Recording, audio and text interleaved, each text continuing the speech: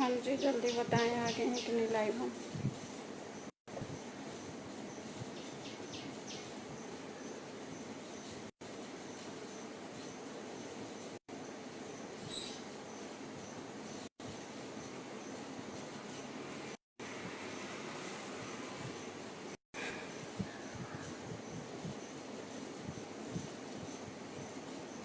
Okay,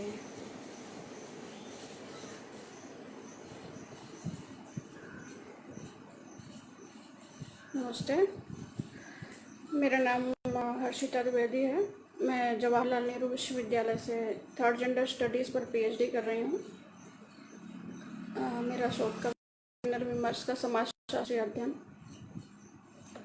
आज जिस विषय पर मैं बोलना चाहती हूँ वो साहित्य से थोड़ा हटकर है। और इससे पहले कि मैं शुरू करूँ, मैं डॉक्टर सुजीत कुमार सिंह सर का धन्यवाद करना चाहूँगी। मेरे छोटे भाई नितेश, उज्ज्वल, और अगर मैं नाम नहीं बोल तो सच्चिदानंद जी, केशव, मैं आपकी टीम को शुभकामनाएं देती हूँ और थैंक यू मच, आपने मुझे इनवाइट किया।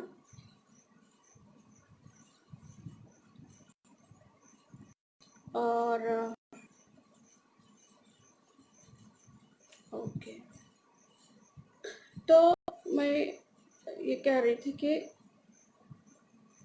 जो भी शोध मैं कर रही हूँ किन्नर विमर्श को लेके, फिलहाल मैं अभी तक जो मानती हूँ, मैंने उसको विमर्श का नाम उस तरीके से नहीं दिया जिस तरीके से दूसरे विमर्शों है, जैसे कि एक बहस के रूप में ही अभी हम देख सकते हैं। 2 दशक ही हुए हैं इस विषय को हाईलाइट हुए हुए, लाइमलाइट में आए हुए। तो मैं साहित्य से थोड़ा हटकर बात करूंगी आज। साहित्य के अलावा संविधान, कानून, समाज व्यवस्था या ऐसी बहुत सारी चीज़ें हैं जिन पे हम बात कर सकते हैं समुदाय के।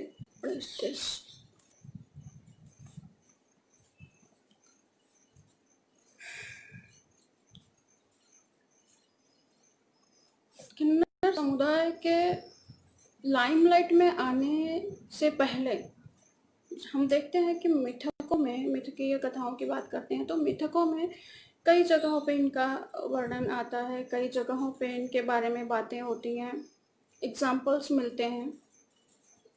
नदीम, आई गेस, तो कई जगहों पे इनके बारे में बातें होती हैं, एग्जाम्पल्स जाते हैं, नाम जाते हैं। दुनिया के हर समाज में मैं कह सकती हूँ कि किन्नर समाज की उपस्थिति है, किन्नर समुदाय की उपस्थिति है। भारत जैसे कंजर्वेटिव और डिवाइडेड कंट्री में, जहाँ भौगोलिक विभाजन, भाषाई विभाजन, राजनीतिक स्तर पर विभाजन, स्थानीयता के स्तर पर विभाजन, खान पान, रीति रिवाज, हर तरीके का विभाजन जितना हम सोच सकते हैं, मुझे लगता है उससे कहीं बढ़कर चीज़ें हैं। तो मैं कह रही थी कि मिथकीय कथाओं से अगर हम शुरू करें तो कुछ एक एग्जाम्पल, बहुत ज़्यादा नहीं है, इसलिए बहुत ज़्यादा नहीं है क्योंकि बहुत ज़्यादा तवज्जो नहीं दी गई थी या बहुत ज़्यादा उनको शामिल नहीं किया गया। एक उदाहरण के तौर पे हम उनको पाते हैं और बहुत सारे समाजों में उनके अलग अलग नाम, अलग अलग परिचय, अलग अलग तरीके की उपस्थिति। ये स्थिति बनती क्यों है? मैं अगर 1852 की बात करूं, 1860 की बात करूं, तो उससे पहले स्थिति वैसी नहीं थी। 1860 से पहले या महाभारत रामायण की भी बात करें तो कुछ एक किताबें हैं जहाँ पे एग्जाम्पल्स मैंने तुलसीकृत रामचरितमानस में या जिया जाफरी की मिथकीय कथाओं में या देवदत्त पटनायक की मिथकीय कथाओं में, कहानियों में, जहाँ पे वो उस चीज़ को दिखाते हैं, बताते हैं कि किस तरीके से इन समाज की उपस्थिति थी। या रामचरितमानस की ही बात करें तो उसमें उन्होंने बताया है कि किस तरीके से विदा करने के लिए जब राम वन जा रहे थे तो राम को विदा करने के लिए स्त्री पुरुषों के अलावा एक हुजूम जो किन समुदाय का था वो भी गए थे और कहीं न कहीं उनको उस तरीके से इग्नोर किया गया कि सीमा पर उनको 14 बरस राम का इंतजार करते हुए बताया गया है कि राम उनको आशीर्वाद देते हैं कि आप कलयुग में शासन करेंगे। आई होप ऐसा हो, क्योंकि ज़रूरत भी है व्यवस्था की और व्यक्ति की।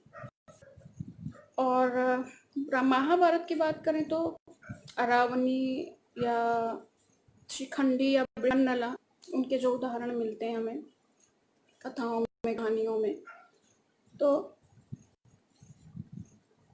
शिखंडी की कथा जो राजकुमारी अम्बा से जुड़ती है कि अम्बा ही अगले जन्म में शिखंडी बनकर आती हैं और भीष्म को मारने की जो भूमिका बनती है, कहीं न कहीं उनमें उनका प्रमुख नाम था। और बृहन्नला जो अर्जुन अज्ञातवास के दौरान वो ग्रहण किया था चरित्र। तो मैं जब ऐतिहासिक व्याख्याओं में जाती हूँ तो मैं पाती हूँ कि जो किन्नर, बृहन्नला, शिखंडी या अरावनी की कथा मुझे लगता है बहुत कम लोगों ने सुनी होगी। अरावनी बेसिकली अरावन नाम था उनका, और अर्जुन और राजकुमारी उलूपी के पुत्र थे। और कौरव पांडव युद्ध में पांडवों की जीत सुनिश्चित करने के लिए उन्होंने अपनी बलि दी थी।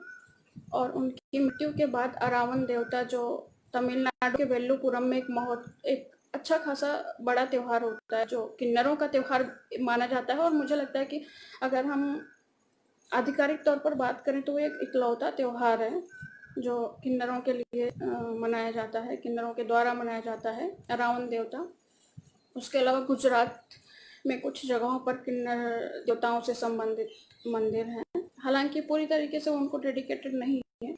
तो मिथकीयता की हम बात करते हैं तो दूसरा जो मिलता है कि मुगल काल में जो मुगल शासक थे, कहीं ना कहीं अपने हरम की रखवाली में उनको रखते थे, या जासूसों और यारों के तौर पे भी रखते थे, या जो उनके सैनिक अभियान होते थे उनमें गुप्तचर की भूमिका निभाने या फिर संदेशों को यहाँ से वहाँ पहुँचाने के लिए उनका इस्तेमाल किया जाता था।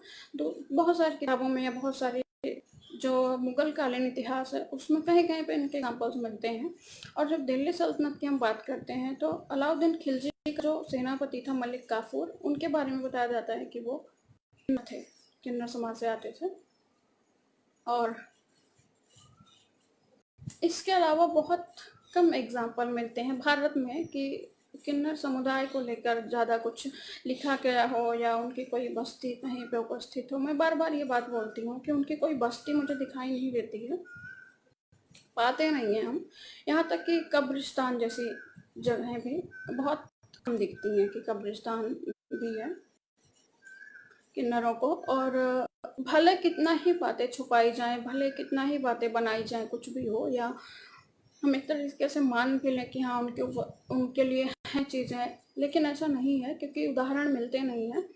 और अभी भी बहुत सारे, जिनमें से कई लोगों का मैंने इंटरव्यू किया तो उन्होंने बताया कि जो उनकी मरने के बाद उनकी लाश को चोरी छुपे दफनाया जाता है।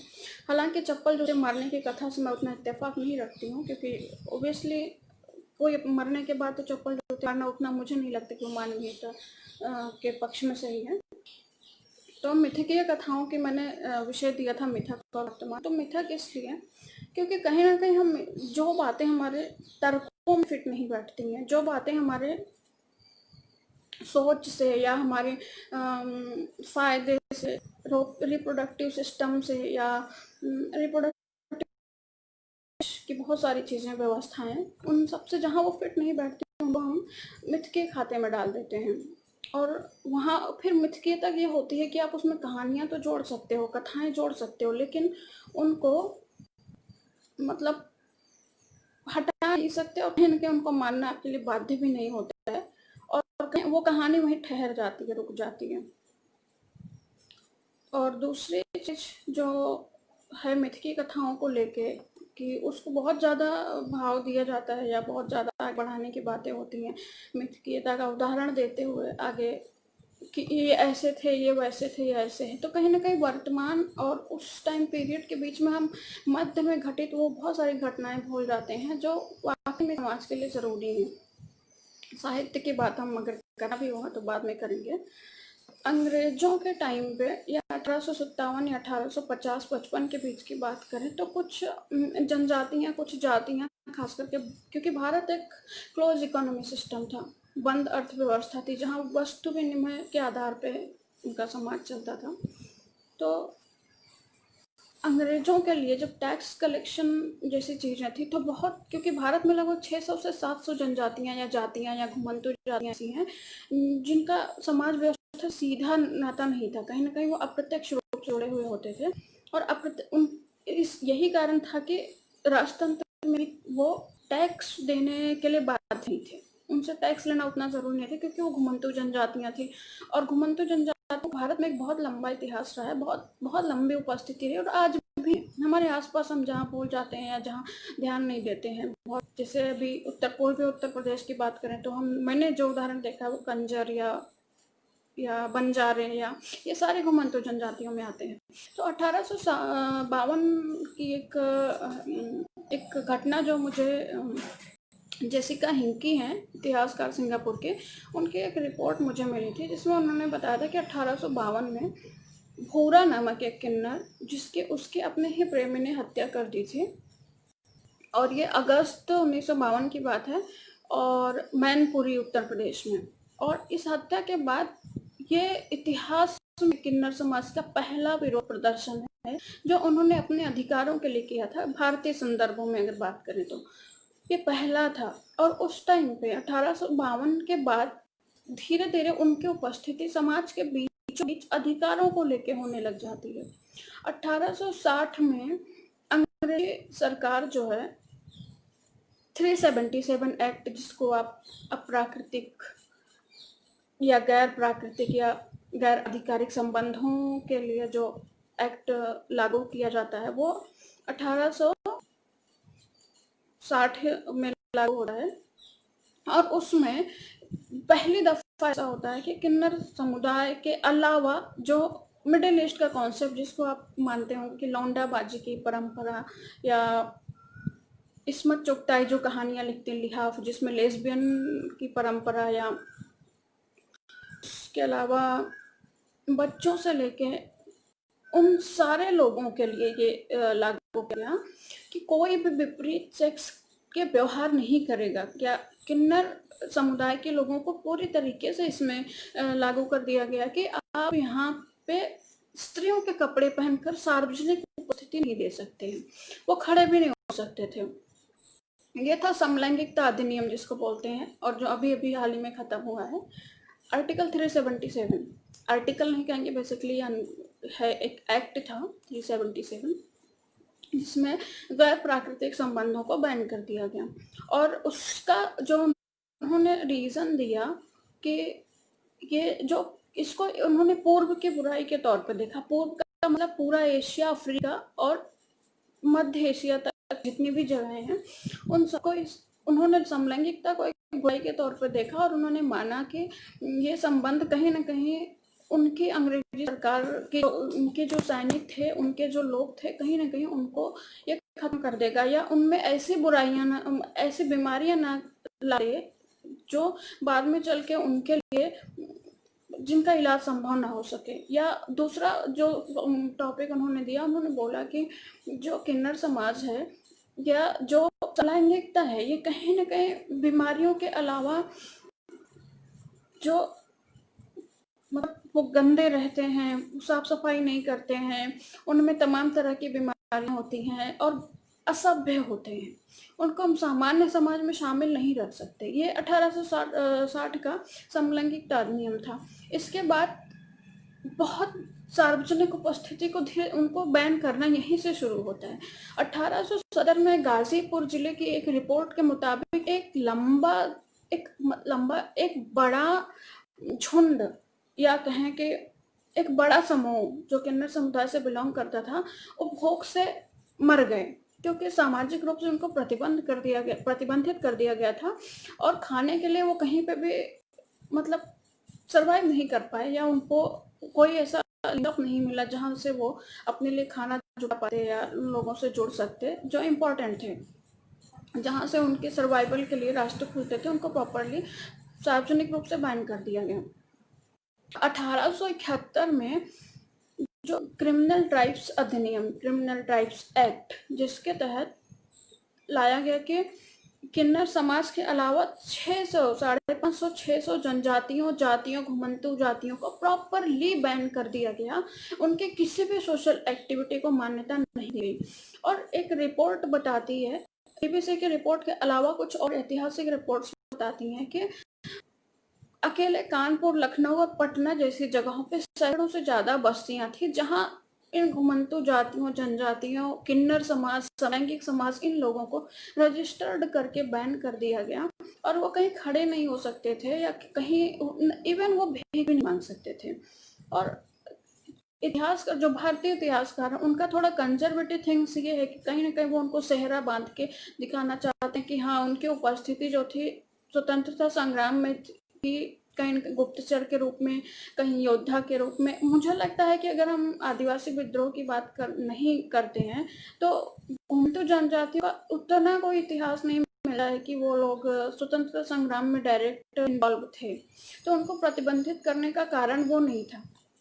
उनको प्रतिबंधित किए जाने का मुख्य कारण यही था कि उन्होंने टैक्स को लेके बहिष्कार कर दिया था। और आदिवासी समाज ने भी जब उनके समाज में इंटरफेयर नहीं हुआ, उन्होंने रिएक्ट नहीं किया अंग्रेजी सरकार को, क्योंकि जब तक भारत में राजतंत्र था या भारत में ये मेथड था, रियासतें थी, राजाओं के शासन थे और सत्ता उनके कंट्रोल में थी, तब तक उन्होंने पहाड़ों, जंगलों, इनके आसपास रहने वाले लोगों को अपने राज्य में प्रजा तो माना, लेकिन उनसे टैक्स लेने के लिए बाध्य नहीं किया, क्योंकि उनके पास प्रॉपरली ऐसे जमीन या इस तरह का नहीं थी। और कहीं ना कहीं वो जल जंगल और जमीन के संरक्षक भी हुआ करते थे, तो इसलिए भी उनको मतलब उस चीज से छूट मिली हुई थी कि जरूरी नहीं कि वो टैक्स दें, बाध्य नहीं कर सकते।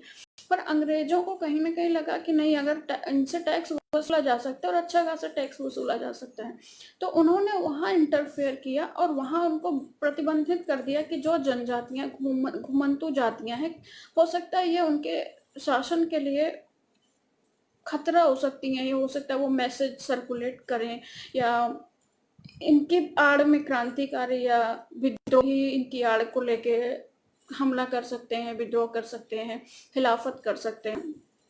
यह रीजन था कि उनको बैन कर दिया गया। और इसमें सबसे ज्यादा खतरा किन्नर समाज को इसलिए हुआ क्योंकि उनके पास इस तरह का कोई पेशे की व्यवस्था में उनको काम करने का कोई एक्सपीरियंस नहीं था। उनको फर्नीचर बनाना नहीं आता था, वो खेती नहीं करते थे, या उनको उनके पास ऐसा कोई काम का एक्सपीरियंस नहीं था कि वो इस चीज को मतलब इजिली ले लेते कि चलो ठीक है, कोई नहीं, हम कुछ और ऑप्शन देख लेंगे। उनके पास नहीं था। और पूरी तरीके से उनको लिमिटेड कर दिया गया कि वो ताली बजा सकते हैं, नाच सकते हैं, गा सकते हैं, और वो भी सार्वजनिक तौर पे नहीं। उस उपस्थिति को बैन दिया गया, सार्वजनिक तौर पर वो खड़े नहीं हो सकते थे, नहीं बोल सकते थे। और 1871 के बाद ये चीजें लगातार चलती रही 1950 या 52 तक। खास करके जब मानवाधिकार संगठनों और यूनाइटेड नेशंस ने जब इस बात को भारत के संदर्भ में दबाव देना शुरू किया, तो 1947 में भी ये 1860 का समलैंगिकता अधिनियम, 1871 का जराइम पेशा जनजातियां अधिनियम, ये चीजें चलती रही। इनको 1947 में भी छेड़ा नहीं गया, इनके साथ इन पे कुछ बातचीत नहीं की गई। 1850 में जब एक प्रोसीजर शुरू होता है तो एक शब्द आता है विमुक्त जातियां, विमुक्त जनजातियां। तो जो 500, 550, 600 जनजातियां थी, उनमें किन्नर समाज को भी शामिल कर लिया गया था। और 1850 में हैबिचुअल ऑफेंडर एक्ट, आदतन अपराधी अधिनियम लागू किया गया। और उनको मुक्त करने से पहले आदतन अपराधी अधिनियम में ये था कि जो जिन जनजातियों को विमुक्त या मुक्त करने की योजना थी कि इस एक्ट से उनको मुक्त कर दिया जाए, उनके ऊपर एक आदतन अपराध नहीं है, विमुक्त जनजातियां लगाकर उनको वापस से ही प्रतिबंधित कर दिया गया कि आप सार्वजनिक तौर पर लोन नहीं ले सकते किसी बैंक से, आप कोई जमानत नहीं दे सकता है, आप इससे जमानत नहीं ले सकते हैं, या आपको कहीं भी जाकर बसने का अधिकार नहीं, आप एक निश्चित क्षेत्र में रह सकते हैं। और यही किया गया था 1871 के अधिनियम में, जब बस्ती बनाकर अंग्रेजों ने उनको कैद कर दिया था और रजिस्टर्ड कर दिया था। 1871 में जब किन्नर समुदाय की पड़ताल करते हैं तो पाते हैं कि उस टाइम पूरे भारत में रजिस्टर्ड किन्नरों की संख्या 2500 से 2600 थी उस टाइम पे, लगभग 160 साल पहले। और वो चीज लगातार जारी रही और उन्होंने इसकी आड़ ली 1871 के अधिनियम में। किन्नरों के संदर्भ में जो आड़ ली गई वो ये था कि किन्नर समाज जो है बधियाकरण की प्रक्रिया के तहत अपनी समुदाय की संख्या बढ़ा रहा है, जबकि वास्तविकता ये थी कि बधियाकरण जैसा कोई ऐसा सबूत मिलता नहीं है। और जो बच्चे लाए भी जाते थे, जो कहीं से आते भी थे, वो बहुत नॉर्मल तरीके से शामिल रहते थे। वापस से इतिहास जेसिका हिंकी कहती हैं कि उस टाइम पे जो बच्चे उनके साथ रहते भी तो मैक्सिमम किसी का बधियाकरण नहीं किया गया था, वो अपनी इच्छा से रहा करते थे साथ में, क्योंकि कोई दबाव नहीं था, क्योंकि कोई ऐसा किन्नर समुदाय के जिस तरीके की आज बस्तियां पाई जाती हैं, गद्दियां पाई जाती हैं, उस टाइम पे वो परंपरा उतनी नहीं थी। उनका बेसिक काम था जिस जगह वो रहते थे वहाँ के समाज में इन्वॉल्व रहते थे और वहाँ के समाज के थ्रू ही उनकी पहचान होती थी। आज की तरह गद्दियों की जो लड़ाई आज जारी है, गद्दियों को लेकर उनकी पड़ताल और गैंग वॉर जिसका खुलासा प्रदीप सौरभ तीसरी ताले में करते हैं, वैसा नहीं था। 1852 में इस एक्ट को खत्म कर दिया गया, 1878 को। और उससे पहले 1950 में हैबिचुअल ऑफेंडर एक्ट के तहत उन्हें वापस से एक दूसरी जगह पे, ये बात वही हुई कि सांप नाग है और वो नागनाथ है, उनको वापस से कर दिया गया। और अभी मैं कुछ रिपोर्ट्स कुछ दिन पहले पढ़ रही थी, उड़ीसा, छत्तीसगढ़ और मध्य प्रदेश में जहाँ पे बहुत ज्यादा जनजातियों की संख्या है, वहाँ का कुछ पारधी समुदाय या हरियाणा के भी कुछ समुदाय इसमें शामिल हैं। उन्होंने उनकी बस्तियों को पुलिस कई बार जला चुकी है, इसलिए क्योंकि जब भी कुछ उस इलाके में जब कोई घटना घटती है, ये मान लिया जाता है कि ये काम इन्हीं लोगों का होगा जो यहाँ पे शामिल है। और 1952 के बाद भी इस विमुक्त जातियों का और उसके साथ किन्नरों को भी इस दायरे में लाया गया, लेकिन कहीं न कहीं किन्नर समुदाय को मुक्त कर दिया गया, क्योंकि वो जातियों और जनजातियों में नहीं आते थे। वो ऑलरेडी किसी जाति, जनजाति या धर्म में पैदा हुए होते थे, तो उनको दोबारा जाति से नवाजा नहीं जा सकता था। और 1994 में, 1952 के बाद सीधा 1994 में, इस बीच में ना उनके स्वास्थ्य की कोई व्यवस्था की गई, ना उनको मतदान का अधिकार दिया गया, ना उनको किसी तरीके का एजुकेशन में शामिल किया गया, एकीकृत समावेशी शिक्षा में कहीं पर भी उनको कोई जगह नहीं मिली। और मतदान का अधिकार उनको 1994 में तत्कालीन जो मुख्य चुनाव आयुक्त थे टी.एन. शेषन ने उन्हें स्त्री या पुरुष खाते में मतदान का अधिकार दे दिया। मतलब थर्ड कैटेगरी उस टाइम पे नहीं थी, स्त्री या पुरुष के रूप में वो मतदान कर सकते थे। लेकिन 1998 में शबनम मौसी जो इलेक्शन लड़ती हैं सोहागपुर सीट से और वो राजनीतिक क्षेत्र में कदम रखना चाहती हैं, तो उनका नामांकन पहली बार में रद्द कर दिया गया, क्योंकि उन्होंने एक स्त्री के रूप में नामांकन भरा था। और जबकि साइंस उनको उस समय या मेडिकल क्षेत्र में उनको या संविधान में उनको स्त्री माना ही नहीं गया था, वो वोट दे सकते थे। अब बाद में उस नियम को रद्द कर दिया गया और उन्होंने 1.5 साल तक काम किया, जहाँ तक मुझे जानकारी है। और जब दूसरी बार वो 2002 में वोटिंग के विधायक होने के लिए भरती अपना नामांकन, उस समय मध्य प्रदेश में 103 रिकॉर्ड, भारतीय इतिहास में 103 किन्नरों ने मध्य प्रदेश में अकेले नामांकन भरा और सभी लोग हार गए, उनको एक्सेप्ट नहीं किया गया।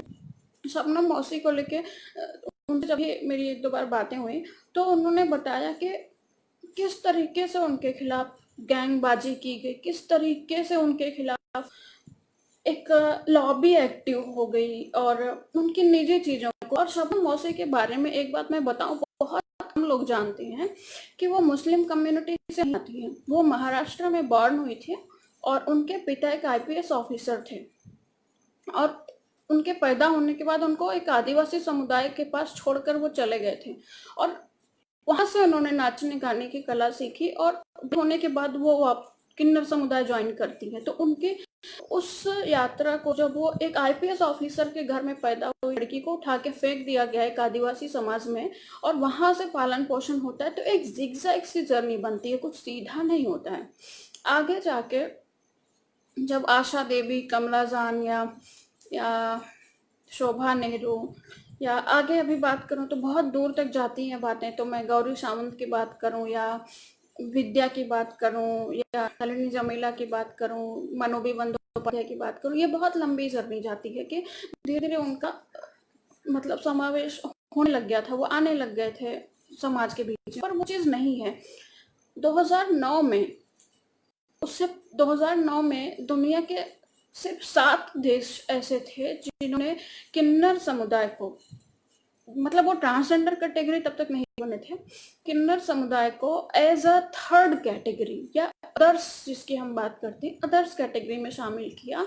उससे पहले Australia, Netherland, Bangladesh, Pakistan, Denmark जैसे देश, जो कुछ एक दो कंट्री जो उनको एज अ थर्ड नागरिक के रूप में मान्यता दे चुके थे, और एजुकेशन के क्षेत्र में भी उनके साथ थोड़ा रियायत होने लग गई थी। भारत 7वां देश बना जिसने किन्नर समाज को थर्ड कैटेगरी के रूप में मान्यता दी, और चुनाव लड़ने का अधिकार भी उन्हें थर्ड कैटेगरी के रूप में दिया मतदान के लिए। और यहाँ से स्वास्थ्य, शिक्षा या दूसरी बहुत सारी जरूरतें जो हैं, सरकार की तमाम योजनाओं में उनको एज ए थर्ड कैटेगरी शामिल किया गया। लेकिन तब तक, जब तक उनका रजिस्ट्रेशन नहीं हुआ था, 2009 में जब उनको उनके पक्ष में ये फैसला आता है, तो बहुत सारे एनजीओ, बहुत सारे लोग व्यक्तिगत रूप से भी इस आंदोलन में जुड़े रहे कि उनको एज ए थर्ड कैटेगरी शामिल किया जाए। और ये लड़ाई सिर्फ उस समय किन्नर समुदाय की थी, उसमें कोई लेस्बियन, गे, बाइसेक्सुअल या इस तरह का कोई नहीं था, उस टाइम पे कोई शामिल नहीं था। 2011 में जब जनगणना होती है भारत की, तो 4.5 लाख किन्नर रजिस्टर्ड होते हैं जनगणना में। उनके पास मतदाता पहचान पत्र उनके लिए जारी किया जाता है, और तब भी 2009 से लेकर 2014 तक वो voting rights as a third category नहीं पाते हैं। 2014 में भारत में पहली बार रिकॉर्ड 1.5 लाख के लगभग किन्नरों ने वोटिंग में मतलब पार्टिसिपेट किया, और बहुत सारे सैकड़ों की संख्या में किन्नरों ने मतदान के अलावा एज अ कैंडिडेट भी पार्टिसिपेट किया, और सैकड़ों की संख्या में उत्तर प्रदेश से लेके छत्तीसगढ़ से लेके मध्य प्रदेश, जहां मध्य प्रदेश को अगर मैं कहूँ तो तमिलनाडु और मध्य प्रदेश जो किन्नर समुदाय के संदर्भ में काम करने के लिए हब की तरह है। मध्य प्रदेश में बहुत सारे अलग अलग समूह हैं। जब आप जमीनी लेवल पर जाते हैं तो पाते हैं कि मुझे लगता है कि शायद उनके साथ जिस सिंपैथी की हम बात करते हैं, या जिस उनको अलग करके हम देखते हैं, अलग करके देखने की बात करते हैं, मुझे लगता है वो चीज़ ज़रूरी है ही नहीं। जब हम सामाजिकता की बात करते हैं, और उसके अलावा जब हम विमर्शवादी साहित्य की बात करते हैं, तो मुझे लगता है कि साहित्य के संदर्भ में ही वो विमर्श शब्द हटा दिया जाना चाहिए, क्योंकि मैक्सिमम जो लेखक लिख रहे हैं, जब भी मैंने उनसे विमर्श की बात की, सहानुभूति और सहानुभूति की बात की, उनको सवाल ही समझ में नहीं आए। मुझे लगता है कि कहानियां लिखने में लोग ज़्यादा इंटरेस्ट ले रहे हैं बजाय के ज़मीन पर उतर कर काम करने के।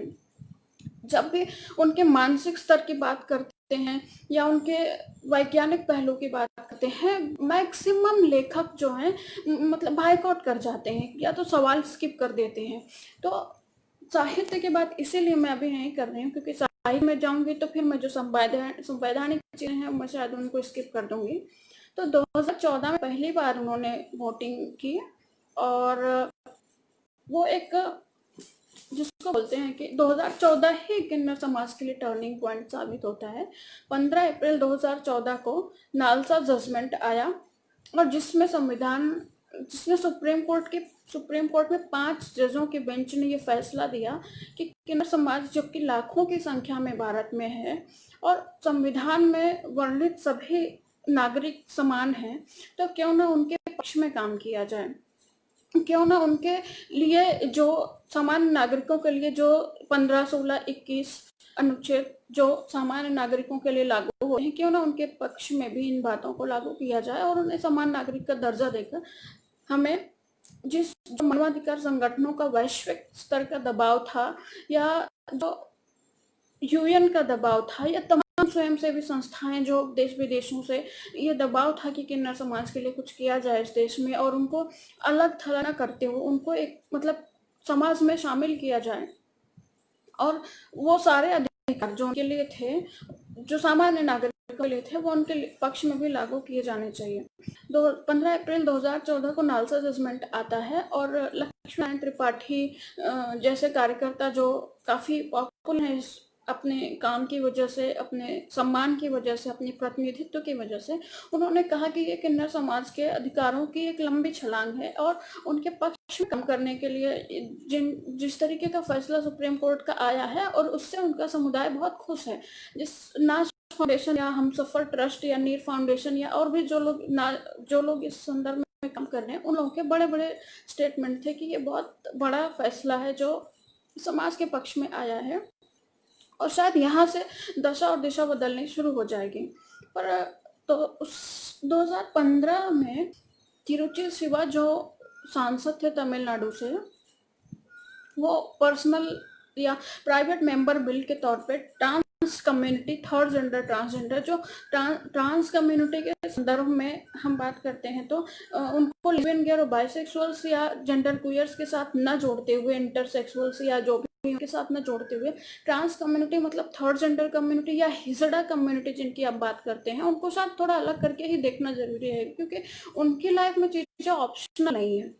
उनकी लाइफ में चीज़ें आई हैं बाय बर्थ, उनकी समस्याएं, उनकी प्रॉब्लम्स, उनका मेंटल लेवल, उनका फिजिकल लेवल, उनकी ज़रूरतें, उनकी दिक्कतें, वो बाय बर्थ हैं। और ट्रांसजेंडर कम्युनिटी जिसमें लेस्बियन, गे, बाइसेक्सुअल या ये लोग आते हैं, वो कहीं ना कहीं पैदा होने के बाद समाज के भीतर या तो वो चीज़ों को छिपाते हैं, या तो चीज़ों को सामने लाकर बात करते हैं, या वो राइट्स मांगते हैं सेक्सुअल ओरिएंटेशन का। लेकिन किन्नर समाज की जो समस्या है वो न केवल सेक्सुअल ओरिएंटेशन की है कि लैंगिक पहचानीकरण जो सामाजिकरण की प्रक्रिया में स्त्री और पुरुष के इतर पाया जाता है, उसके अलावा सामाजिक पहचान, आर्थिक अधिकार, निर्णय का अधिकार, सामान्य जीवन में भागीदारी की जो स्थिति है, उन सब के लिए उनको शामिल करने की बात होती है। और किन्नर समाज के बहुत सारे डिमांड्स जो हैं, जो ट्रांस कम्युनिटी से अलग हो जाते हैं और अलग देखे जाने चाहिए। तिरुचि शिवा इस बिल को लेके आते हैं ताकि ट्रांस कम्युनिटी, ट्रांस मतलब थर्ड जेंडर कम्युनिटी को वो सारे राइट्स मुकम्मल रूप में मिल सके, वो सिर्फ संविधान का चिट्ठा बनकर न रह जाएं। और तिरुचि शिवा के बिल का ये जो बिल था, वो पहला ऐसा बिल था जो व्यक्तिगत तौर पर किसी सदस्य ने 70-75 सालों के इतिहास में प्रस्तुत किया था। उससे पहले प्राइवेट मेंबर बिल के तौर पे इस तरह की डिमांड को लेके, जबकि वो व्यक्ति उस कैटेगरी से या उस समुदाय से आता ही नहीं है, वह पहला, उन्होंने उस समुदाय के ध्यान में रखते हुए ये पहल की, और एक वो बड़ी लंबी एक क्वांटम जंप की सामने आती है। और जो नालसा जजमेंट था, उसके जो प्रमुख बिंदु थे, उसमें यह था कि संविधान के अनुच्छेद 15, 16, 21 सामान्य नागरिकों के लिए लागू होते हैं, वो किन्नर समुदाय के संदर्भ में भी लागू होंगे। दूसरा जो था कि 51/253 के तहत जो अंतर्राष्ट्रीय कानून किन्नर समुदाय के संबंध में बनते हैं और जो किन्नर समाज के लिए लागू होता है, भारत का संविधान उनको अडॉप्ट कर सकता है और उसके संबंध में कानून बना सकता है। और तीसरा था कि जो किन्नर समाज है, जो भी लोग किन्नर समाज, अब यहाँ पे तीसरी बातें जो टर्न लेती हैं वो कि किन्नर समाज के अलावा, क्योंकि वो बाय बर्थ अपने सेक्सुअल ओरिएंटेशन जानते हैं, ना वो स्त्री है ना वो पुरुष है, लेकिन उसके अलावा जो हार्मोन के लेवल पे, जो क्रोमोसोम के लेवल पे और जो रिप्रोडक्टिव ऑर्गन के लेवल पे जो लोग अपने आप को अलग पाते हैं, लेस्बियंस, गेज, जिनकी सेक्सुअल डिजायर्स अलग हैं, जो अपने आप को अलग पाते हैं, वो यहाँ पे खुद को रख सकते हैं और उन सबको अदर्स की कैटेगरी में शामिल माना जाएगा। अदर्स या थर्ड कैटेगरी, जब ऑफिशियली एक कॉलम डिवाइड किया जाता है कि ये स्त्री है, ये पुरुष है और ये थर्ड है, तो उस थर्ड कैटेगरी में अगर मैं इस बात को मानूं कि नहीं मैं स्त्री या पुरुष नहीं हूं, तो मैं अपने आप को उस थर्ड कैटेगरी में अपनी इच्छा से रख सकती हूँ और उसके लिए किसी और के अप्रूवल की जरूरत नहीं है। और नालसा जजमेंट का ये सबसे बड़ा फैसला था जिसका स्वागत इस समुदाय ने किया। और जो चौथा पॉइंट था वो ये था कि तमाम जो किन्नर समुदाय है जिसकी संख्या लाखों में है, उन सबको ओबीसी कैटेगरी में शामिल किया जाए और नौकरियों में और एजुकेशन में रिजर्वेशन दिया जाए। सरकारी और गैर सरकारी संस्थाओं में इनके साथ भेदभाव नहीं किया जा सकता है। जो तमाम राइट्स रिजर्वेशन के आधार पे सामान्य लोगों को प्राप्त है वो इस समुदाय के लिए भी लागू होते हैं। और पांचवा जो था मुख्य कि बुनियादी जरूरतों के लिए केंद्र और राज्य सरकार उपक्रम करेंगे, उनके लिए योजनाएं लाएंगे। बुनियादी जरूरत जो रोटी कपड़ा और मकान की हम मानते हैं, उसके अलावा जो स्वास्थ्य, बिजली, पानी, शिक्षा और सार्वजनिक स्थलों पर समान व्यवहार, उसकी जो डिमांड थी वो नालसा जजमेंट में सामने आई कि उन्होंने बोला कि इनके साथ सामान्य व्यवहार वैसे ही किया जाएगा सार्वजनिक स्थलों पर जैसे नॉर्मल लोगों के साथ किया जाता है। और क्योंकि किन्नर समुदाय पे अभी भी नालसा जजमेंट और प्रोटेक्शन ऑफ राइट्स बिल 2019 के बाद भी उन पे ये जो एक इल्ज़ाम है कि वो देह व्यापार में लिप्त रहते हैं, और देह व्यापार के अलावा अश्लीलता का जो उनका दायरा है, उनकी बातचीत का जो दायरा है, उनकी जो बहुत सारी छिपी हुई चीज़ें हैं उनके बारे में लेके भ्रम है, उनके बारे में उनके ऊपर ये भी आरोप है कि वो लोग बधिया करके अपने समुदाय की संख्या बढ़ाते हैं, किडनैपिंग में जुड़े हुए होते हैं, या अब तो जो नई चीज़ें निकल रही हैं कि वो स्मगलिंग जैसी जगहों पे भी शामिल है, क्योंकि कहीं पे भी उन और सामान्य मानव धारणा मतलब सामाजिक धारणा यह है कि किन्नरों के ऊपर कोई कानून लागू नहीं होता है। तो संविधान का उस समय भी कहना था, जब नालसा जजमेंट आया तो संविधान का ये भी कहना था कि कोई कानून लागू नहीं होने की वजह से पुलिस जब भी किन्नर समुदाय के किसी व्यक्ति को अरेस्ट करती है तो हमेशा उनके ऊपर कोई भी डिग्री लगाए, first degree, second degree, third degree, पीटे कूटे मार दे, क्योंकि कोई कानून लागू ही नहीं होता है तो उनके लिए फिर कोई खड़ा भी नहीं होता है, ना तो उनके लिए वकील कोई खड़ा होगा, ना पुलिस वाले उनका साथ देंगे, ना समाज में वो शामिल हो पा रहे हैं, तो कहीं ना कहीं उनके साथ अन्याय ही होता है। तो कानून में और संविधान में शामिल करने का एक फायदा ये भी था कि कहीं ना कहीं उनके साथ भी वही धारा, वही कानून, वही जजमेंट लागू होगा जो सामान्य लोगों के लिए लागू होता है। उससे पहले पुलिस कई बार उनको सेक्सुअली भी परेशान करती रही है और इसकी बहुत सारी रिपोर्ट्स मौजूद हैं कि जहां उनका रेप पुलिस वालों ने ही किया, जहां उनको जबरदस्ती लेके गए और थानों में भी उनके साथ गैंग रेप हुआ, इसकी बहुत सारी रिपोर्ट्स हैं। और प्रोटेक्शन ऑफ राइट्स बिल जब आने की बात थी तो ये 2019 में जो आया, और जो 2014 से लेकर 2019 के बीच में एक लंबा गैप था और लगातार इसको लेके आंदोलन भी चलते रहे, लगातार लिखा जाता रहा। और तिरुचि शिवा सांसद लोकसभा के खुद राज्यसभा से वो खुद ये बिल लेके आते हैं और उन्होंने राज्यसभा में 2015 में इस बिल को पास करवा लिया। और इस बिल के पास होने के बाद अप्रूवल के लिए जब इसे लोकसभा भेजा गया तो केंद्र सरकार ने इस बिल को ऑक्यूपाई कर लिया और इसमें बहुत सारे संशोधन की आवश्यकता थी। तो उन्होंने अपनी स्टैंडिंग कमेटी के पास बिल भेज दिया जहां पे 27 लंबे संशोधन किए गए इस बिल में, और 5 अगस्त 2019 को ये बिल पास हो गया लोकसभा में। और सामाजिक न्याय मंत्री थावरचंद गहलोत ने इस बिल को पेश किया और वापस पास होने के बाद राज्यसभा में 26 नवंबर 2019 को पास करा लिया गया। समस्या यह थी कि इस बिल में जो अमेंडमेंट में जो नियम थे, जो बिंदु आए थे, उनको कहीं ना कहीं शुरू से ही विरोध का सामना करना पड़ रहा था। उसका सबसे बड़ा रीजन यह था कि इस बिल के संशोधन के समय किसी किन्नर समाज या ट्रांस कम्युनिटी के लोगों को, ट्रांस कम्युनिटी में वो सारे लोगों को मैं शामिल कर रही हूँ जो थर्ड जेंडर के अलावा भी सेक्सुअल ओरिएंटेशन के नाम पे आते हैं, उनमें से किसी को भी प्रतिनिधित्व नहीं दिया गया कि वो अपनी समस्याएं बता सकें, वो अपनी समस्याओं पे बात कर सकें, या वो अपनी समस्या को लेकर कुछ नई चीजें जो उनसे जुड़ी हुई हैं उनकी जरूरतों के आधार पर उनमें संशोधन किया जाए, ऐसा कुछ नहीं हुआ। जो संसदीय स्टैंडिंग कमेटी थी उन्होंने इस संशोधन के साथ उसे राज्यसभा भेज दिया, जहां 26 नवंबर 2019 को ये बिल वहां पर भी पास हो गया। इस बिल में जो मुख्य बिंदु थे उसमें सबसे पहला ये था कि किन्नर समाज के अलावा ट्रांसजेंडर समुदाय में कौन कौन आएगा? लेस्बियन, गे, बाइसेक्सुअल, इंटरसेक्सुअल, या जिनको ट्रांस मैन, ट्रांस वीमेंस बोलते हैं, या जो क्वियर्स में आते हैं, जेंडर क्वियर्स में आते हैं, या एलजीबीटी, क्योंकि वो सारे लोग जो आते हैं उन सबको इसमें शामिल किया जाएगा। और उनकी विशेषता क्या होगी कि जो सामाजिक रूप से प्राप्त जो आपकी यौन आइडेंटिटी है, जो आपकी सेक्सुअल आइडेंटिटी है, उसके अलावा आपका रिप्रोडक्टिव ऑर्गन, क्रोमोसोम, हार्मोनल जो आपका लेवल है, या जो भी चीजें हैं जो स्त्री और पुरुष के सांचे में आपको फिट नहीं करती हैं, जो खुद को थर्ड कैटेगरी में मानते हैं, वो सारे लोग इसमें शामिल किए जाते हैं। और उन सबको यहाँ पे अधिकार एज अ ट्रांसजेंडर दिया जाएगा।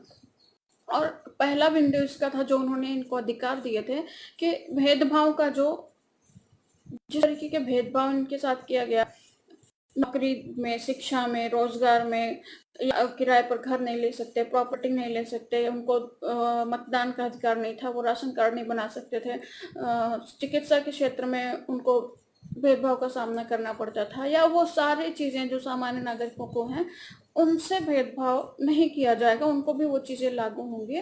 और किसी भी तरीके का कोई भी मकान मालिक उनको मकान किराए पर देने से मना नहीं कर सकता, या किसी खेल में, स्पोर्ट्स की जगह पे या पब्लिक प्लेस में उनको मना नहीं किया जा सकता कि आप यहाँ पे खड़े होकर खा नहीं सकते, यहाँ पे खड़े होकर बोल नहीं सकते। वो तमाम अधिकार जो सामान्य नागरिक को है वो उनके लिए भी लागू थे। दूसरा जो मुख्य बिंदु था वो ये था कि जो घर से किन्नर समाज को, किन्नर बच्चों को या लोगों को निकाल दिया जाता है, प्रॉपर्टी से निकाल दिया जाता है, तो उसमें यह था कि किसी भी तरीके से उनको निकाला नहीं जा सकेगा और ये अपराध होगा।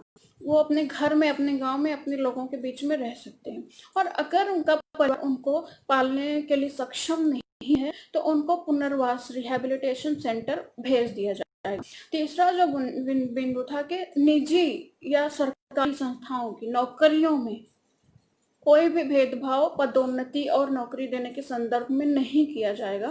और प्रत्येक 100 सदस्य के ऊपर एक ऐसा ऑफिसर होगा जो किन्नर समाज की समस्याओं का समाधान करेगा, उनकी शिकायतें सुनेगा और उनके लिए जस्टिस सुनिश्चित करेगा। ये तीसरा था।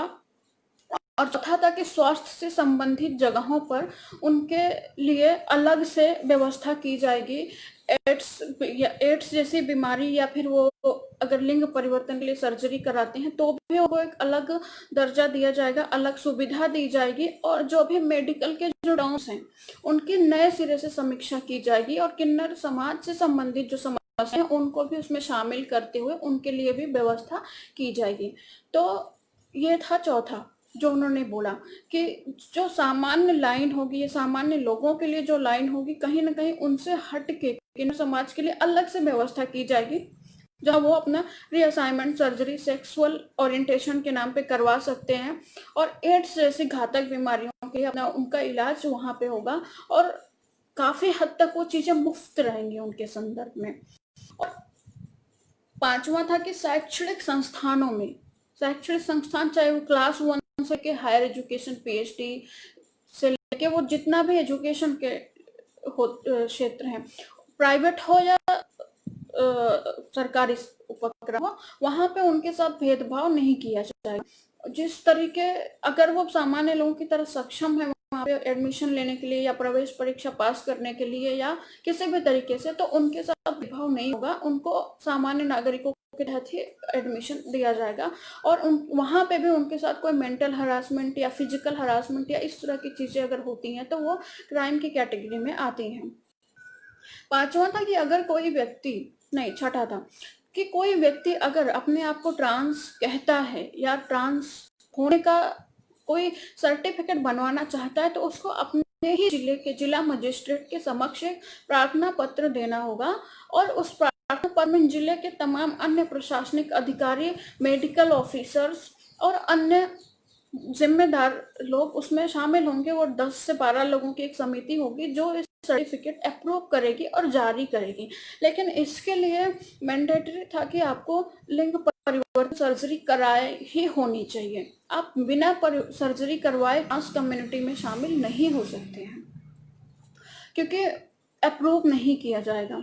और अगला पॉइंट था कि ट्रांसजेंडर व्यक्तियों के लिए केंद्र और राज्य सरकारें जितनी भी संभावनाएं समावेश के लिए या होती हैं उन या सांस्कृतिक सामाजिक तौर पर जो भी भागीदारी होगी उन सब में उनको शामिल किया जाएगा और उन सब के लिए उतने ही अधिकार और उतनी ही संभावनाएं होंगी जितने सामान्य लोगों के लिए होती हैं। और उन्हें उनके हक में एक आरक्षित कोटे के तहत भी उनकी भागीदारी सुनिश्चित करना अनिवार्य होगा। और केंद्र और राज्य सरकारों के लिए ये जरूरी है कि इस समुदाय को भी प्रॉपर उसी तरीके से शामिल करें जिस तरीके से सामान्य लोग शामिल होते हैं। और आठवां और इम्पोर्टेंट जो था, भीख मंगवाना या बलपूर्वक मजदूरी करवाना या बंधुआ मजदूर रखना क्राइम होगा। अगर सरकार समाज कल्याण के लिए कुछ काम करती है तो वो ये काम कर सकती है, सरकार को ये चीज छूट है। सार्वजनिक स्थलों का प्रयोग करने से उनको रोका नहीं जाएगा। परिवार, गांव और घर में रहने से, संपत्ति का इस्तेमाल करने से, अपने अपने संदर्भ में, अपने परिवार के संदर्भ में आर्थिक निर्णय लेने से उनको मना नहीं किया जाएगा। और शारीरिक, यौन, मौखिक, भावनात्मक या आर्थिक रूप से अगर उनको उनके साथ किसी तरीके का अपराध किया जाता है, क्राइम किया जाता है, भेदभाव किया जाता है तो 6 माह के न्यूनतम से लेकर अधिकतम 2 साल की सजा का प्रावधान किया गया था। तो ये जब निर्णय आते हैं, ये सारे ही जो 8-9 निर्णय उनके संदर्भ में लिए गए, तो भेदभाव पर जो प्रतिबंध लगाया गया वो तो उसको तो इस समाज ने स्वीकार कर लिया, लेकिन घर परिवार और गांव में रहने से रोकने के बाद या अक्षम होने की स्थिति में जब उनको ये बोला गया कि सरकार उनको पुनर्वास केंद्र में रखेगी, तो सबसे पहला विरोध जो आया इसी बात पर आया कि अगर जब हम भारत में पुनर्वास केंद्रों की बात करते हैं तो पुनर्वास केंद्र कोई ऐसी व्यवस्था नहीं है जहाँ पे एसी लगा हुआ हो, जहाँ पे आपको मेंटल पीस मिले। पागल खाने का ही अंग्रेजी नाम है रिहेबिलिटेशन सेंटर या पुनर्वास केंद्र। वहाँ पे कुछ ऐसा होता नहीं है कि उनको मेंटली मतलब पीस मिले या उनको अधिकार के लिए सोचने का टाइम मिले या वो अपने आप को इतना स्ट्रांग कर सके कि वो खड़े हो जाए समाज के बीच और बोल सके नहीं हम ठीक है। वहां जाने के बाद उनको या तो वो आत्महत्या कर लेंगे या वहीं के नहीं रहेंगे या वापस निकलकर भीख मांगेंगे। तो पुनर्वास केंद्र का जो प्रावधान लाया गया वो मुझे लगता है कि वो भी पूरी तरीके से गलत था। दूसरा भेदभाव जो किया गया वो चिकित्सा के क्षेत्र में जो उनको ये बोला गया कि उनको अलग से व्यवस्था दी जाएगी कि वो अपनी बीमारियों का इलाज करा सके। तो इस समाज के लोगों का ये दूसरा विरोध था इस पॉइंट पे कि अगर हमें सर्दी जुकाम भी होती है या हमें बुखार भी होता है तो भी हमें सेक्स ओरिएंटेशन से संबंधित या अपनी सेक्सुअल लाइफ से संबंधित सवालों का जवाब देना पड़ेगा, जो कि एक मेंटल हरासमेंट कम नहीं होगा। कहीं ना कहीं ये उन्हें और बीमार करेगा और काटेगा समाज से और ज्यादा उनके लिए दिक्कतें खड़ी करेगा कि अगर उन्हें सर्दी जुकाम होता है, पेट दर्द भी होता है तो भी उन्हें वहां जाके अलग लाइन में लगना है और अलग उनका इलाज होगा। और उनको नॉर्मल बीमारियों से जुड़ा होने के बाद में उनको अपनी सेक्सुअल आइडेंटिटी या सेक्सुअल लाइफ से संबंधित सवालों का जवाब देना पड़ेगा, जो कहीं ना कहीं सहज नहीं करता है। और तीसरा विरोध उन्होंने इस बात पे किया, भारत भर के तमाम किन्नर समाज और संगठनों ने इस चीज का विरोध किया है कि नालसा जजमेंट यहाँ पे फेल हो जाता है। और उन्होंने कहा कि जेंडर जस्टिस का मर्डर है। उस दिन को उन्होंने ब्लैक डे के रूप में बनाया, क्योंकि कहा गया कि जो किन्नर समाज है या जो ट्रांस कम्युनिटी है जिसमें लेस्बियन के, बाइसेक्सुअल, ट्रांसजेंडर, जेंडर क्वियर के अलावा हिजड़ा समाज भी आता है, उन सब को कि ये साबित करने के लिए कि मैं हिजड़ा हूँ, मैं किन्नर हूँ, मैं ट्रांस हूँ या मैं लेस्बियन हूँ, उनको एक ऐसी कई सदस्यों की कमेटी के आगे से गुजरना पड़ेगा जो उनके लिए सहज नहीं है। कई डेस्कों से गुजरकर उनको ये साबित करवाना। और दूसरी बात कि सर्जरी की जो अनिवार्यता कर दी गई उसका भी उन्होंने विरोध किया कि सर्जरी करवाना सबके बस की बात नहीं, क्योंकि एटॉनमी डिपार्टमेंट कहता है कि कम से कम अगर एक सामान्य लाइफ के लिए वो सर्जरी करवाते हैं तो 10 से 12 लाख या 15 लाख खर्च आता है, जो कि सारे लोग अफोर्ड नहीं कर सकते हैं। और अगर उनका बिहेवियर या उनके अंदर से ये चीज है कि नहीं मैं पुरुष नहीं हूँ, मैं स्त्री हूँ, या स्त्री नहीं हूँ मैं पुरुष हूँ, या मैं किन्नर हूँ या जो भी हूँ, अगर वो खुद को मानना चाहते हैं, उसके ऊपर वो एक सर्टिफिकेट चाहते हैं, तो आप उनके ऊपर सर्जरी करने का अधिकार, सर्जरी करने का जो जबरदस्ती का जो है अपने निर्णय थोप नहीं सकते हैं, वो अपनी मर्जी से तय करेंगी वो कौन है, स्त्री है या पुरुष है। तमाम किन्नर समाज के लोग अपने आप को स्त्री कहलाना पसंद करते हैं, उसी वेशभूषा का धारण करते हैं। तमाम लोग जो व्यवहार करते हैं उनके नाम स्त्रियों के नाम पे होते हैं, तो वो कहीं ना कहीं खुद को उस कैटेगरी में रखना चाहते हैं, या मेल फीमेल के अलावा जो उनका शी मेल ही मेल या जो भी वो शब्द रखना चाहते हैं, उनको ये अधिकार दिया जाए कि आप हमें ये थोपिए मत कि हम ट्रांस होने के लिए हमें सर्जरी कराना मैंडेटरी है। और दूसरी बात ये है कि 10 से 12 लाख 15 लाख का खर्चा उनके बस की बात नहीं है, तब कि जब उनके पास आर्थिक रूप से उतना नहीं है, कोई सोर्स नहीं है कि वो बहुत पैसे कमा सके। और तीसरा जो उनका विरोध था, चौथा विरोध उनका जो था, वो उनके संबंध में हो रहे अपराधों के खिलाफ जो सजा का प्रावधान था। किन्नर समाज से जुड़े बहुत सारे लोगों का ये कहना था कि जब एक सामान्य कोई लड़की का रेप होता है तो अधिकतम सजा मृत्यु दंड होती है, और अगर इनके साथ कोई अपराध होता है या इनका रेप होता है तो उसकी अधिकतम सजा सिर्फ 2 साल। तो ये नालसा जजमेंट का भी नालसा जजमेंट को भी नकारता है ये प्रोटेक्शन ऑफ राइट्स बिल। और कहीं न कहीं संविधान के जो उनको अधिकार मिले हैं 15, 16, 21 या उसके अलावा और भी जो संवैधानिक अधिकार हैं, या आर्टिकल 377 खत्म होने के बाद के भी जो उनके अधिकार हैं, उन सबका ये अतिक्रमण करता है कि ट्रांसजेंडर बिल 2019। और सामान्य रूप से अगर उनको मनुष्य मानते हैं तो उनके साथ भी वही व्यवहार किया जाना चाहिए जो सामान्य लोगों के साथ होता है। ऐसा नहीं होना चाहिए कि अगर सामान्य किसी व्यक्ति का या मुख्य धारा में किसी व्यक्ति का की हत्या होती है या रेप होता है या किडनैपिंग होती है, कुछ होता है, तो उनके साथ किसी भी तरीके से अधिकतम सजा मौत होती है या आजीवन कारावास होता है, और यहाँ पे सिर्फ 2 साल है।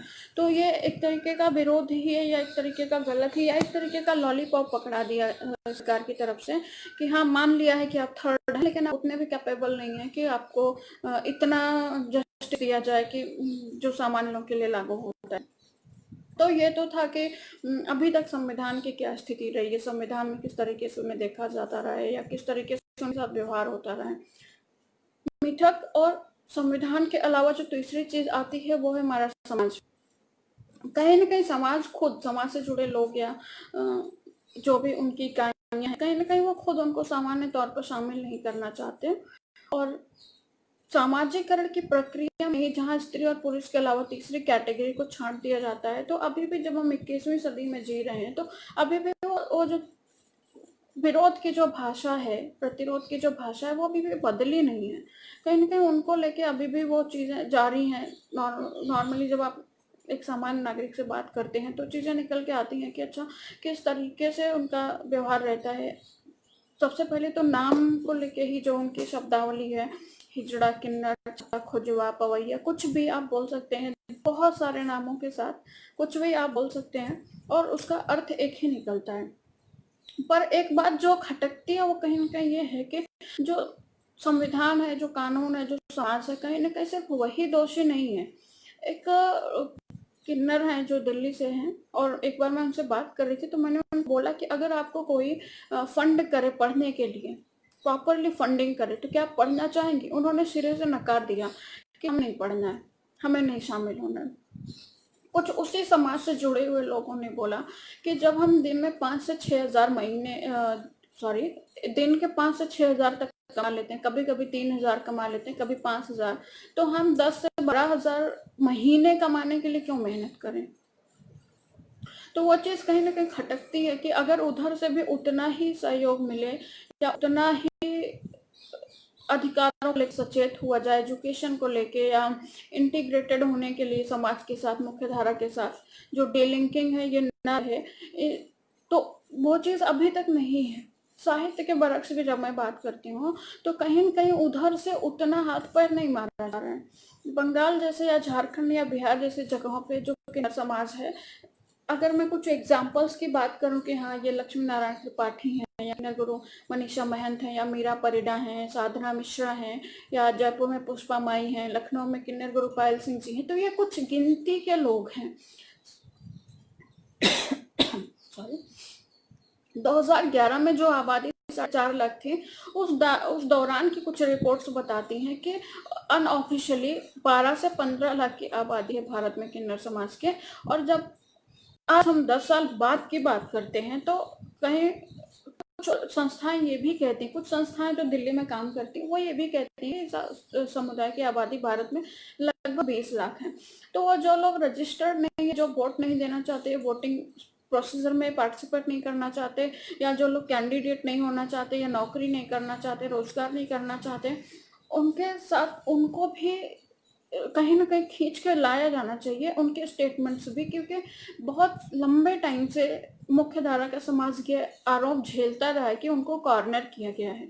आज जब उनको शामिल करने की बातें आती हैं तो वो खटकता है कि उतना कोऑपरेट वो नहीं कर रहे हैं जितना होना चाहिए। मैं बहुत बार कहूँ वेस्ट बंगाल या उत्तराखंड या अलग-अलग स्टेट में बहुत बड़े-बड़े लोगों को फ़ोन किया कि मैं मिलना चाहती हूँ, और उन्होंने मुझे मिलने से मना कर दिया कि हम बिज़ी हैं, हम काम कर रहे हैं, या हमें मिलना ही नहीं है। और दूसरा, कुछ दिल्ली के लोगों से जब मैंने मिलने की कोशिश की तो मुझे ये कहा गया कि हम अपने क्वेश्चन देंगे और आप हमसे यही सवाल पूछ सकती हैं। मतलब कि कहीं न कहीं वो खुलना ही नहीं चाहते, और वो मौका दे रहे हैं कि आप एक रहस्यमयी समाज को उतना ही रहस्यमयी बना के रखिए, चीज़ें टूटनी नहीं चाहिए। और अभी कुछ सार्वजनिक बातचीत में भी ये बोला गया कि हम बिल्कुल भी नहीं चाहते कि हमारे समाज की चीज़ें दूसरे लोगों तक जाएँ। एक उपन्यास आया है अभी, आधा आदमी, राजेश मलिक का। तो उसमें उन्होंने उस समाज के भीतर को जो दिखाया है कि किस तरीके से वो बातचीत करते हैं, और उनकी बातचीत की भाषा जो है 90% 80% गालियों से भरी हुई है। और अगर वो रिसर्च के आधार पर लिखी गई किताब है, लिखा गया उपन्यास है, तो कहीं न कहीं हम एक ऐसे समाज से परिचित नहीं हो पाए हैं जिनके बारे में मैक्सिमम लोग सिंपैथी दिखा रहे हैं। एक ऐसे समाज को हम स्किप कर रहे हैं, उस समाज के एक पहलू को स्किप कर रहे हैं जो कहीं न कहीं जिसकी सामाजिक संरचना, जिसकी अपनी आंतरिक बनावट या ताना-बाना बहुत अलग है हमसे, जिसको हम एक्सपेक्ट नहीं करते। कहीं न कहीं जब हम बोलते हैं कि छक्का बोलना बुरा है, हिजड़ा बोलना बुरा है, तो हम एक तरीके का सिंपैथिक वातावरण तैयार करते हैं कि नहीं, इनके साथ सहानुभूति दिखाना चाहिए। मैं मानती हूँ सहानुभूति रखनी चाहिए। एक समाज जिसके लिए विमर्शवादी साहित्य का ताना-बाना बुना जा रहा है, और उस समाज को ही नहीं पता है कि विमर्श है क्या? वो होना क्या चाहिए? अभी तक जो भी उपन्यास, 20-22 उपन्यास या कुछ और कहानियाँ, कुछ कविताएँ, कुछ मुख्य रूप आलोचनात्मक रूप में 1-2 लोग ही हैं, जैसे डॉक्टर विजय प्रताप सिंह है, या एम फिरोज खान जी हैं अलीगढ़ से। ये लोग आलोचनात्मक रूप से कुछ कर रहे हैं। कुछ अच्छी किताबें, जैसे युवा लेखक हैं भगवंत अनमोल जी हैं कानपुर से, या सुभाष अखिल जी हैं दरमियान से, या नीरजा माधव जी ने जो पहला उपन्यास लिखा यमदीप।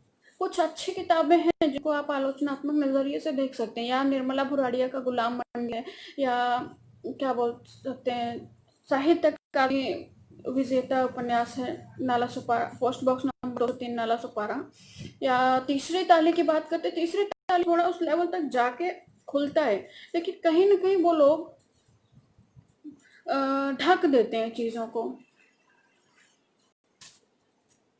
कहीं न कहीं वो खुलते-खुलते रह जाता है। तीसरी ताली की सबसे बड़ी कमी जो मुझे लगती है वो यही लगती है कि उन्होंने सारे समाजों को लपेट दिया है, एक साथ खड़ा कर रख दिया है, और वो कहीं न कहीं कुछ बहुत सारी चीज़ें छूट जाती हैं, लेकिन वो समाज का बेबस चेहरा जो हत्याओं में जाता है, स्मगलिंग में जाता है, लूट-पाट में जाता है, देह व्यापार और अश्लीलता में जाता है, हम उस पक्ष को छोड़ नहीं सकते हैं। मैं हमेशा इस चीज़ को बोलती हूँ कि जब भी किसी समाज के समाज शास्त्रीय अध्ययन कर रहे हैं, उनकी समाज शास्त्रीयता की बात कर रहे हैं, तो आपको अच्छाई बुराइयों को साथ लेके चलना पड़ेगा। आप सिर्फ उनकी अच्छाइयाँ नहीं दिखा सकते, क्योंकि चाहे वो अपर क्लास, चाहे लोअर क्लास हो, चाहे हिंदू मुस्लिम हो, चाहे क्रिश्चियनिटी हो, कोई भी धर्म हो, वो ये दावा नहीं कर सकता है, उनकी लाइफस्टाइल, उनकी जीवन शैली ये दावा नहीं कर सकती है कि हाँ, हम सही हैं बाकी सब गलत हैं, या हम गलत हैं बाकी सब सही हैं। ये पॉसिबल नहीं है। कितना समाज सामान्य मनुष्य हैं, सामान्य लोगों की तरह ही पैदा हुए हैं, वही सेम प्रोसीजर है जो हमारा है, वो भी उन्हीं का है। तो उसी तरीके से मुझे लगता है व्यवहार किया जाना चाहिए। जो मानवीय संवेदनाएं हैं, वो झूठ भी बोल सकते हैं, चोरी भी कर सकते हैं, डकैती भी कर सकते हैं, प्रतिरोध कर सकते हैं, हत्या कर सकते हैं। तो हमें उन सारे बिंदुओं के साथ उनके मानसिक और जो उनका दैहिक जो स्ट्रक्चर है, उन सारी चीजों को लेके चलना पड़ेगा। सिर्फ रोटी कपड़ा मकान दिक्कत नहीं है, और जो दिक्कत रिप्लेस होती है वो सिर्फ रोटी कपड़ा मकान नहीं है, उससे अलग है। हम एक पैट्रियार्कल सोसाइटी में रहते हैं जहाँ पे लिंग पूरा बहुत पुरानी परंपरा रही है, हड़प्पा से लेके या वैदिक काल से लेके। तो वो एक स्ट्रक्चर था, एक सर्किल था जो बनता गया कि हाँ ये स्त्री है, ये पुरुष है, और हमने उस डेफिनेशन को एक्सेप्ट कर लिया कि हाँ मैं स्त्री हूँ, मुझे हंसना नहीं है, मुझे बोलना, या जो भी नियम कानून बनाए गए। और वो धीरे धीरे चाहे परिष्कृत होके, परिमार्जित होके आगे बढ़ते रहे, लेकिन उसके बीच में वो जो एक धुंधली लकीर थी, कहीं कहीं वो हाशिए पे जाती रही। और अगर आज कोई रास्ता चलते मैं किसी किन्नर से बात करूँ और वो मुझे थप्पड़ मार दे तो मेरे लिए आश्चर्य नहीं हो, क्योंकि जब हम स्त्री विमर्श या दलित विमर्श की बात करते हैं तो उनकी भी पृष्ठभूमि बहुत अलग है। अगर मैं कहूँ नहीं दलित विमर्श और स्त्री विमर्श के बराबर ही किन्नर विमर्श है, मैं कतई मानने के लिए तैयार नहीं हूँ। स्त्री विमर्श अधिकारों की लड़ाई है, दलित विमर्श सामाजिक पहचान की लड़ाई है, लेकिन किन्नर विमर्श आइडेंटिटी क्राइसिस की लड़ाई है, उनके नकार की लड़ाई है, उनकी पहचान की लड़ाई है, उनकी सामाजिक, आर्थिक, राजनीतिक, धार्मिक, शैक्षिक, सार्वजनिक स्थलों पर उनकी स्वीकार्यता, वो सारी लड़ाई है। दुनिया का कोई कोना ऐसा नहीं जहाँ किन्नर समाज ना हो। मैं अपने रिसर्च में कतई नहीं दिखाना चाहती हूँ कि मैंने उनको, उस समाज को उस तरीके से देखा कि नहीं, मैंने दया की नज़र से देखा। मैं दया की नज़र से नहीं देखना चाहती। मैं उनके अपने मानसिक, जो संवेगात्मक उनका व्यवहार, मैं उसके स्तर पर देखना चाहती हूँ। मैं देखना चाहती हूँ उनके एंगर का क्या लेवल होगा, उनके विरोध का क्या लेवल होगा, उनके उनके हंसने, मुस्कुराने, रोने या रिश्ते निभाने का क्या स्तर होगा, किस हद तक वो जा सकते हैं। मैं ये नहीं कह सकती कि मेरे दिल को खरोंच रहा है छक्का शब्द, नहीं खरोंच रहा है, क्योंकि हम इस समाज का हिस्सा हैं और ये चीजें हमें तब तक प्रताड़ित नहीं करती हैं जब तक हम उस स्ट्रक्चर का, उस सिस्टम का हिस्सा नहीं बनते या उस प्रतिरोध को नहीं झेलते हैं। किन्नर समाज कोई एलियन समाज नहीं है। हम बचपन से हम में से बहुत सारे लोग होंगे जिन्होंने बचपन से उन्हें देखा होगा, जो जानते होंगे, जो चीज को समझते होंगे।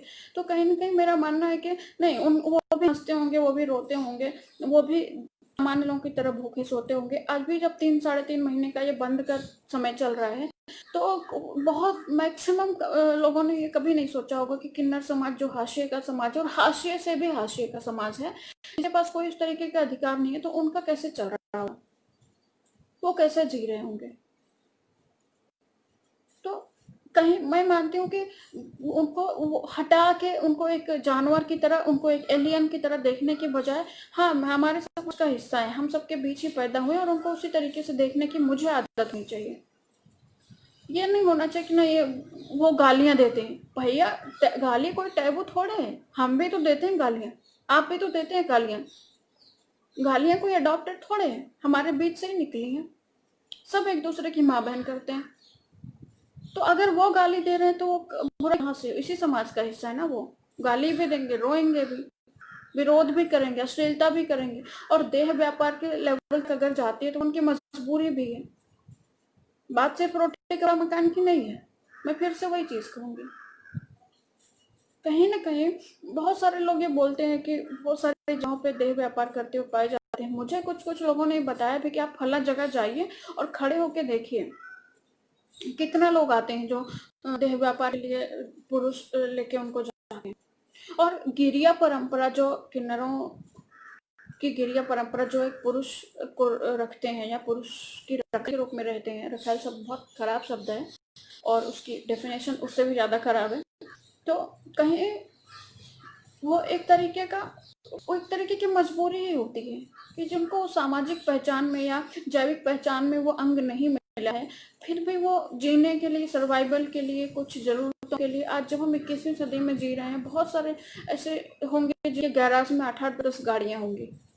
तो मैं क्यों कल्पना करूं कि नहीं, उनको नहीं लगता होगा कि उनके पास भी ऐशो आराम की चीजें हैं। अगर वो मनुष्य है तो मनुष्य के तौर पे उनकी जरूरतें होंगी, उनकी चीजें होंगी।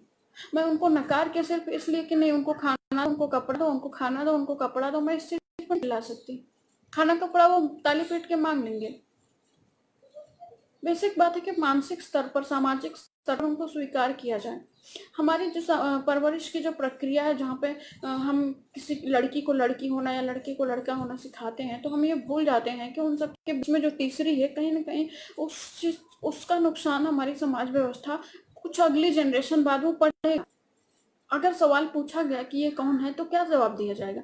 मैं सही बताऊं तो इस रिसर्च में शामिल होने से पहले तक मुझे खुद इसकी जानकारी नहीं थी कि होता क्या है कौन ये। और वो वाकई में टैबू की तरह दिखते थे।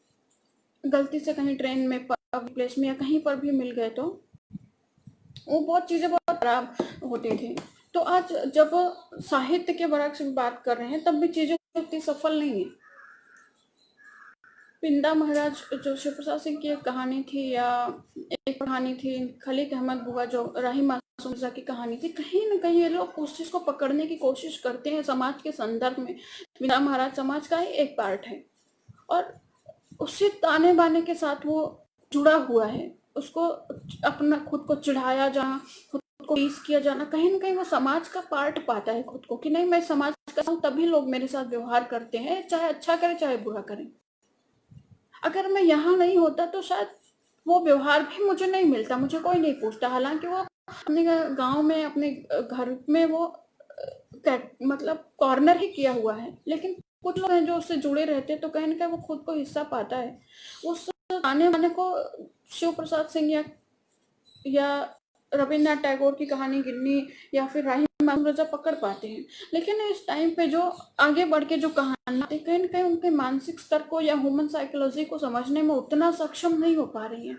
किरण सिंह की कहानी है संझा, वो समझती है उस मजबूरी को, उस ताने-बाने को, उस ज़रूरत को, और जो दबाव होता है पुत्र प्राप्ति का या वंश चलाने का, और उसके संदर्भ में जब कोई किन्नर पैदा हो रहा है डेफिनेटली वो 4 लोगों समेत घर परिवार के लिए बहुत तकलीफदेह होता है। और मुझे लग रहा है कि 1 घंटे से ज़्यादा हो गया। आपका कुछ सवाल नहीं दिख रहा है मुझे। कुछ सवाल हो तो मैं लेना पसंद करूँगी।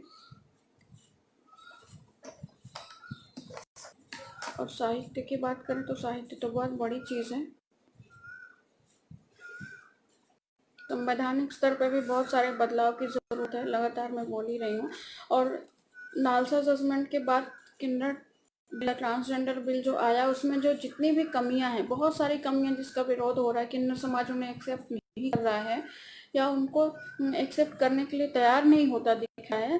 तो कहीं न कहीं वो कमियां हैं जहाँ से उनके लड़ने की सेकंड इनिंग शुरू होती है, जहाँ से वो लड़ने के लिए या संघर्ष करने के लिए, अपने अधिकारों की लड़ाई के लिए दूसरी पारी शुरू कर सकते हैं। और जहाँ पे ज़रूरत है तमाम शोधार्थियों को, भारत में लगभग 70 शोधार्थी काम कर रहे हैं किन्नर विमर्श पे हिंदी में। बाकी सब्जेक्ट्स का सोशियोलॉजी या इंग्लिश या दूसरे साहित्य की मैं बात करूँ तो उसके इतर लगभग 70 लोग, मेरी जानकारी में, नाम पूरा नहीं पता है, लेकिन इतने लोग काम कर रहे हैं। और कहीं न कहीं हमें लगता है कि लेखक का अपना वजूद है और उस वजूद को स्वीकारना नकारना हमारे दायरे में नहीं आता है।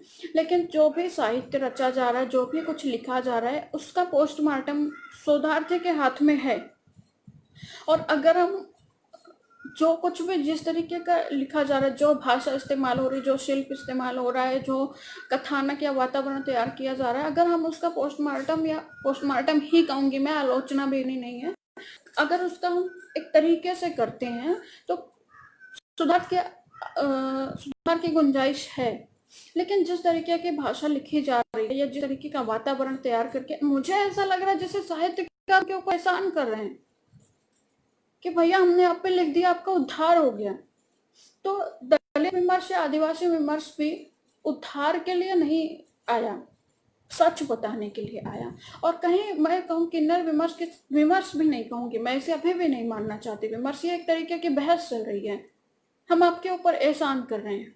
एहसान करने की जो परंपरा है भारत में वो बहुत तगड़ी है, एहसान करके नाम कमाने की, अंधों में काना राजा बनने की। तो कहीं न कहीं कुछ गिनती के लोगों को मैं छोड़ दूँ तो एक एक अच्छा खासा ग्रुप जो है हावी है इस विमर्श पे कि हम आपके ऊपर एहसान कर रहे हैं, हम जमीन पे उतर के काम कर रहे हैं, जबकि ऐसा कोई काम हो नहीं रहा है, होता दिख नहीं रहा है। अगर मैं एक शोधार्थी की नज़र से देखूं तो मेरे लिए चीज़ें बहुत ऐसी हैं कि एक पोलराइज किया जा रहा है मुद्दों को, उनको एक जगह पे, एक समूह एक जगह पे उनको घसीट के जमा करने की बात हो रही है।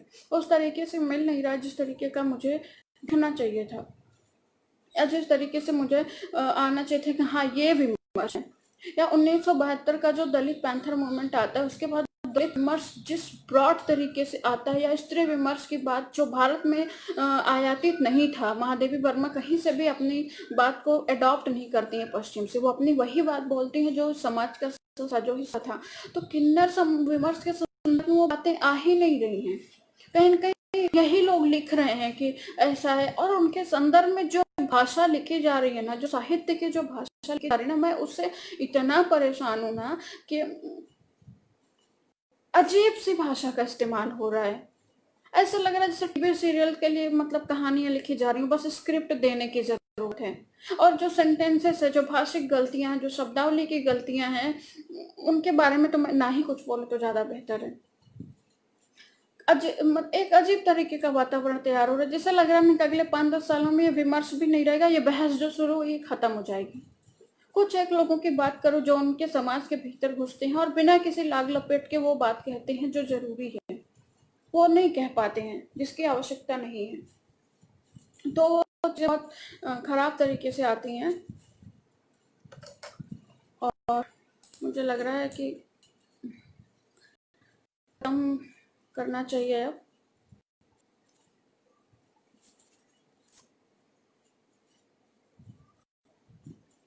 बातें काफ़ी हो गई हैं और अभी तक मुझे कोई प्रश्न नहीं मिला है, तो थैंक यू आप लोग जिन जिन लोगों ने भी मुझे सुना। कुछ कमियां गलतियां रह गई होंगी, आई होप बिल्कुल रही होंगी, क्योंकि मटेरियल कोई सामग्री मेरे हाथ में अभी है नहीं। कुछ पॉइंट्स मैंने जो खुद से बनाए थे मैंने उसी पे बात की है, कुछ चीज़ें रह गई होंगी, तो आप लोग दोबारा भी मुझसे अगर कांटेक्ट करना चाहें तो पूछ सकते हैं, या जो लोग भी काम कर रहे हो इस टॉपिक पे करना चाहते हो, अगर कुछ मदद की आवश्यकता होगी तो ज़रूर मुझसे बात कर सकते हैं।